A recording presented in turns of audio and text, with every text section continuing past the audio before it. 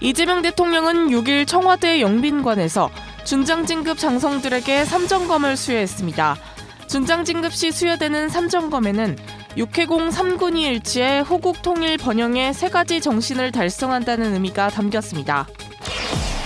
국방부가 인공지능과 AI 강군 육성을 위해 국방데이터 인공지능위원회를 개최했습니다. 회의를 주관한 이두희 국방부 차관은 구체적인 민군협력 생태계 구축 계획을 중심으로 군의 인공지능 분야 발전을 위한 촉진제 같은 역할을 수행하겠다고 밝혔습니다. 해병대가 미국 등 10개 참가국과 함께 태국 일대에서 다국적 군 연합작전 수행 능력을 높이기 위한 코브라 골드 연합훈련에 참가했습니다. 올해 훈련에는 차륜형 대공포 천호와 대전차 유도무기 현궁이 최초로 참가해 상륙 전력의 운영 범위를 확대했습니다.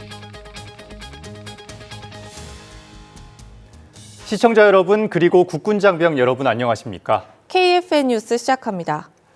이재명 대통령이 준장으로 진급한 장성 77명에게 삼정검을 수여했습니다. 이 대통령은 주권자인 국민 뜻에 따르는 국군이 되어달라고 강조했습니다. 차성효 기자입니다. 규덕 준장입니다. 6일 청와대 영빈관에서 준장 진급 장성에 대한 삼정검 수여식이 거행됐습니다. 이 대통령은 준장 진급자에게 삼정검을 직접 전달하며 이들을 격려했습니다. 이날 수여식에는 육군 53명, 해군 10명, 공군 11명, 해병대 3명 등 모두 77명의 진급 대상자가 참석했습니다. 특히 이번 행사에는 해병대 수사단장으로 최해병 순직 사건을 조사했던 박정훈 준장과 비상계엄 당시 수방사 작전처장으로 근무했던 김문상 준장도 자리했습니다. 이 대통령은 격려사에서 주권자인 국민의 뜻에 따르는 국군으로 군의 명예를 회복하는 데 앞장서 달라고 당부했습니다. 주권자인 국민의 뜻에 따르는 국군이 되어 정치적 중립 의무를 확고히 하고 군의 실추된 명예를 회복하는 데 앞장서 주시기를 당부드립니다. 그 누구도 넘볼 수 없는 강력한 대한민국을 만들어 확실한 평화의 길을 열어가면 좋겠습니다. 국방부 장관이 주관했던 삼정검 수여식은 2018년부터 대통령 주관으로 시행되고 있습니다. 삼정검은 준장 진급자에게 군 통수권자가 수여하는 검으로 육해공 3군이 일치 단결해 호국, 통일, 번영의 정신을 달성하라는 뜻을 지니고 있습니다. 이날 수여식은 단순한 진급 축하 자리가 아닌 나라를 지키기 위해 헌신해온 이들에게 그 면모를 다시금 일깨워주는 자리가 됐습니다. KFN 뉴스 차성유입니다. 이두희 국방부 차관이 국방데이터 인공지능위원회를 개최했습니다. 민간의 첨단 AI 기술을 군에 신속하게 도입하기 위한 협력 방안이 확정되는데 이 소식 김효진 기자가 보도합니다. 국방부가 인공지능 AI 강군 육성을 위해 민간과 군의 벽을 허뭅니다. 보안의 장벽에 가로막혀 있던 국방 데이터를 민간에 과감히 개방해 AI 기술 개발에 고속도로를 깔겠다는 구상으로 6일 국방데이터 인공지능위원회를 개최한 겁니다.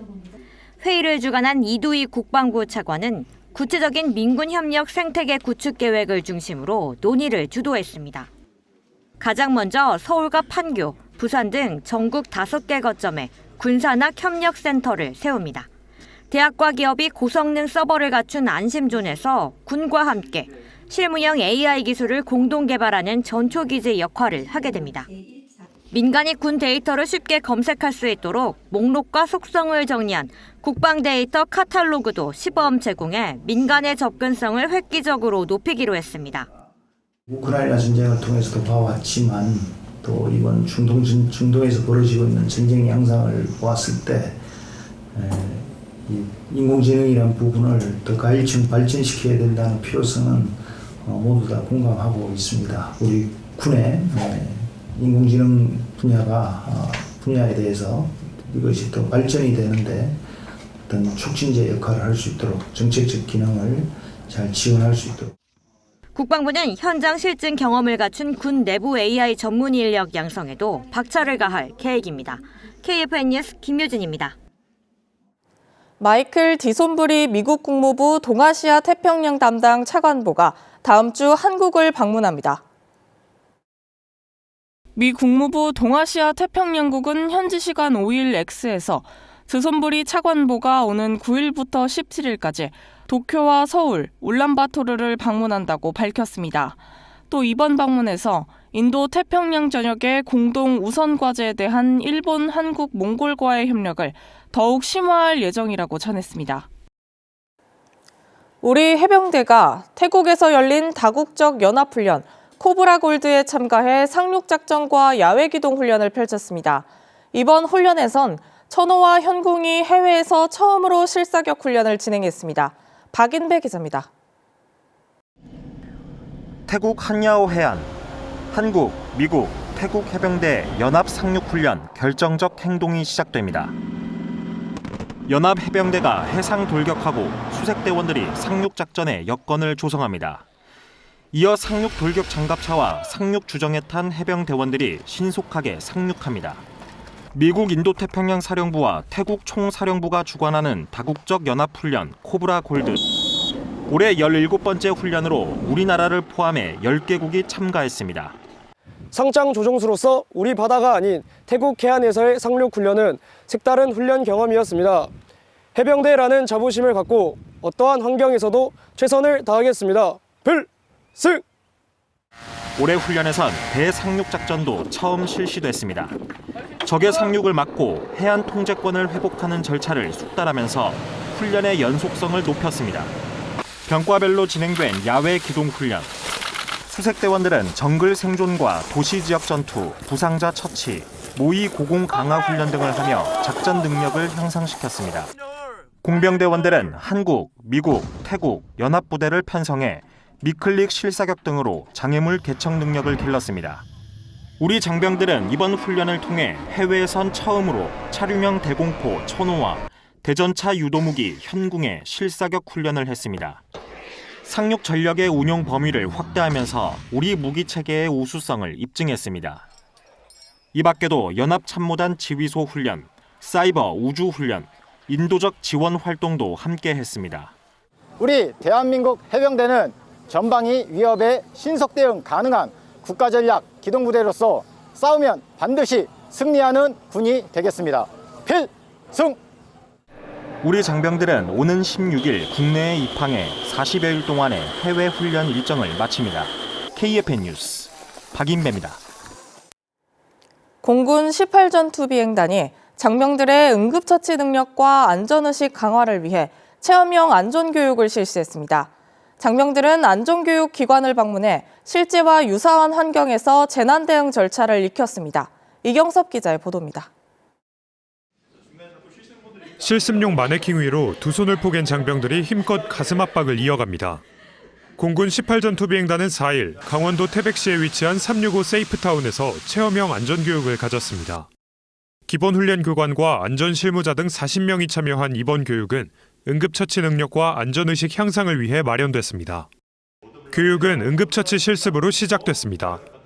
장병들은 스마트 CPR 데모를 보며 심폐소생술 방법을 익히고 동작을 반복하며 상황 대처 능력을 익혔습니다. 이어 화재 대응 교육도 가졌는데 장병들은 대형 스크린에 나타나는 각종 화재 상황을 향해 소화기를 분사하며 초기 화재 대응 요령을 실습했습니다.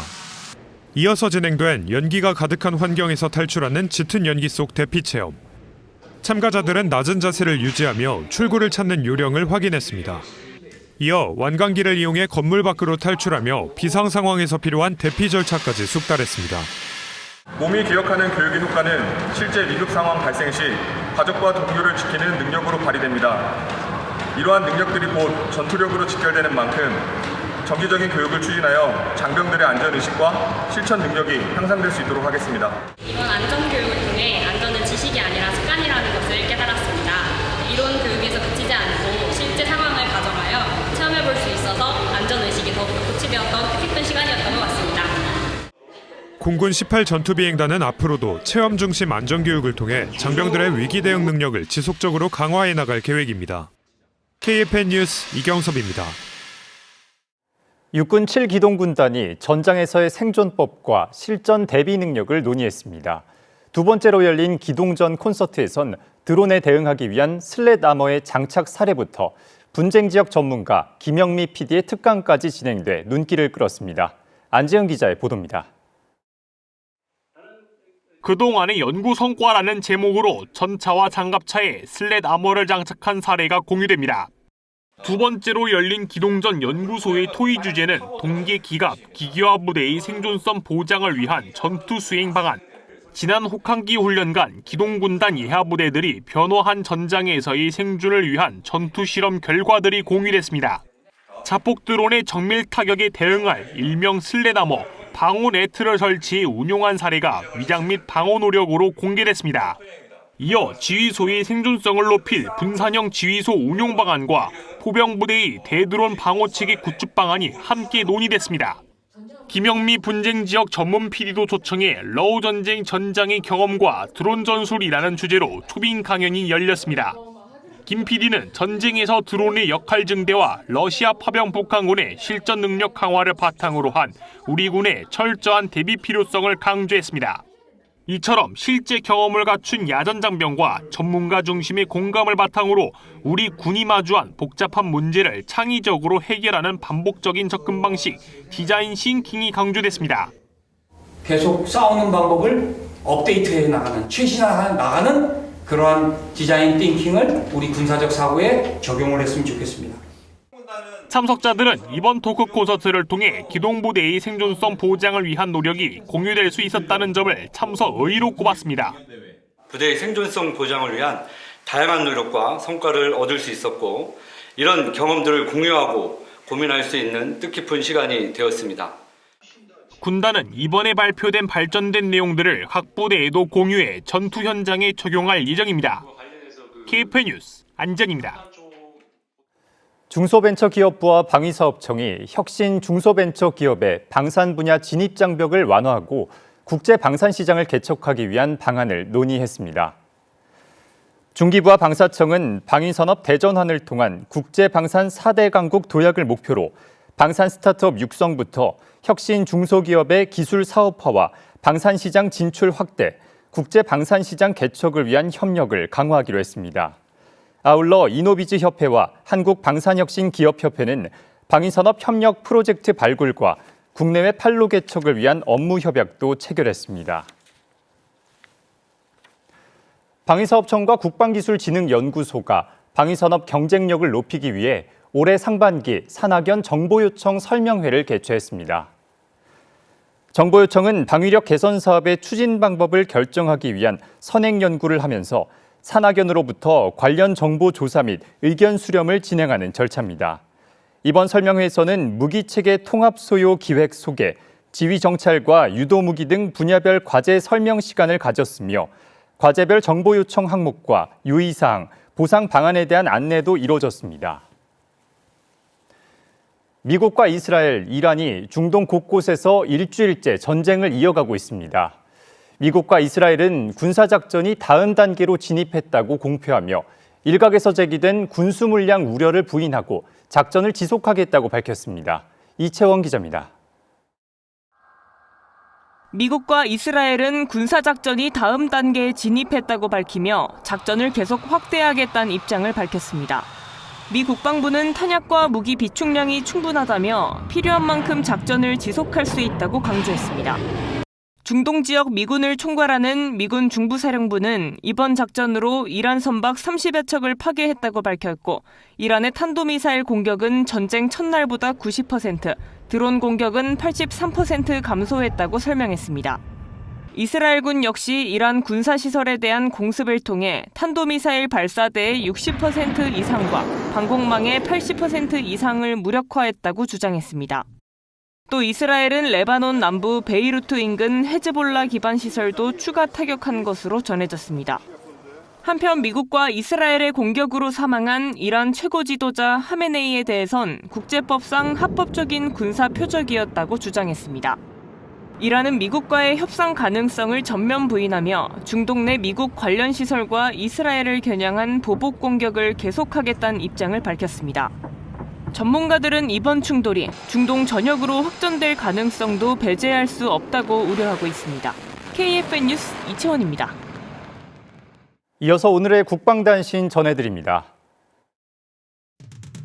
다국적 연합훈련 코브라 골드에 참가한 우리 군이 태국 현지에서 학교를 신축하는 등 인도적 활동을 펼쳤습니다. 해군 해병대와 미국 태국군 장병 40여 명은 지난달 25일부터 열흘 동안 다국적 연합 공병 시설 지원 활동을 완수했습니다. 해병대 교육훈련단이 6일 올해 첫 부사관 임관식을 가졌습니다. 부사관 후보생 414기와 부사관 학군단 10기 119명은 신임 해병대 부사관으로서 대한민국 전후방 각지에서 중추적 역할을 수행할 예정입니다. 육군 39사단이 6일 경남 창녕군 박진 전쟁기념관에서 6.25 전사자 유해발굴 개토식을 거행했습니다.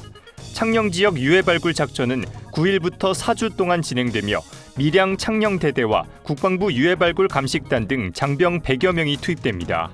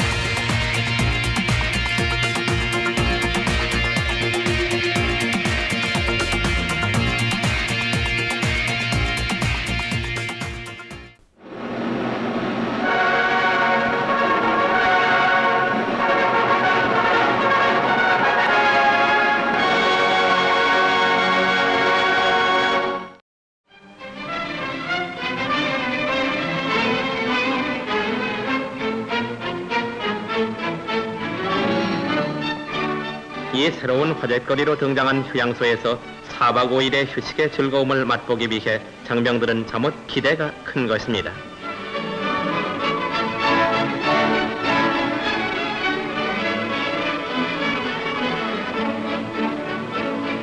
아담하게 꾸며진 침실에는 스팀까지 들어와 비록 밖은 영하 20도의 강추위일지라도 실내는 영상 20도의 훈훈한 온도가 항상 유지돼 얼었던 몸을 녹이는 데에는 더할 나위 없는 곳입니다.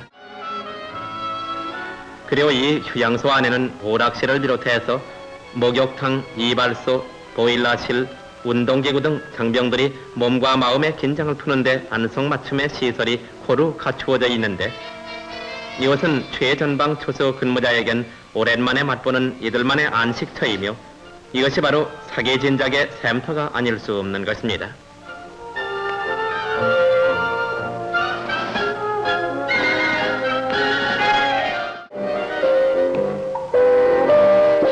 자신의 몸과 마음을 나라와 결에 위해 아끼지 않는 용사들에게 무엇보다도 절실히 요망되는 것은 온 국민의 성원인 것입니다.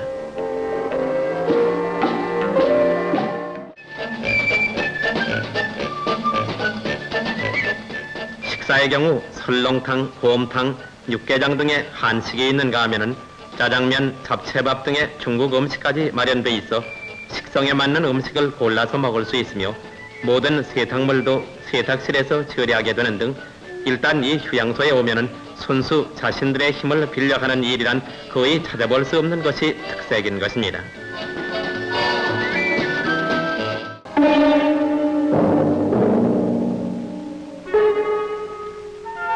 훈훈한 침실에 곤히 잠든 장병들.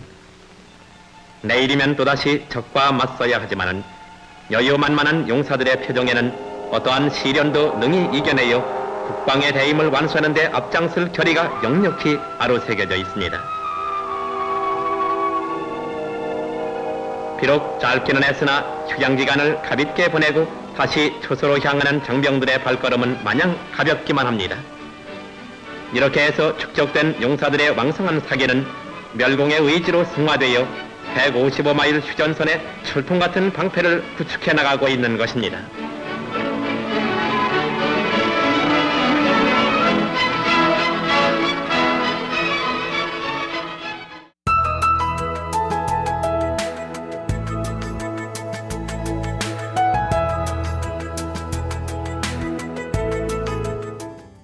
기상정보입니다. 강수는 대부분 종료되었지만 아직도 구름이 많은 날씨가 이어지고 있고 내일은 아침 기온이 영하로 떨어지는 등 꽃샘 추위가 찾아올 전망입니다. 자세한 날씨 알아보겠습니다. 내일 예보입니다. 내일은 동해안을 제외한 전국 대부분 지역에서 맑은 날씨가 이어지겠습니다. 그러나 동쪽 저기압의 영향을 받으면서 동해안으로는 비 또는 눈이 날리겠으며 해안과 산악을 중심으로는 바람이 다소 강하게 불 것으로 예상됩니다. 내일 아침 최저기온은 서울 영하 3도, 철원은 영하 8도로 예상되며 한낮 최고기온은 서울 7도, 사천은 10도가 예상됩니다. 주간 기상 전망입니다. 주말부터 고기압의 영향으로 대체로 맑은 날씨가 지속되겠습니다. 그러나 기온이 영하권으로 떨어질 것으로 예상되는 만큼 개인 건강관리에 주의가 필요하겠습니다. 이상 공군 기상단 제공 기상정보였습니다. 이것으로 KFN 뉴스를 마칩니다. 시청해주신 여러분 고맙습니다.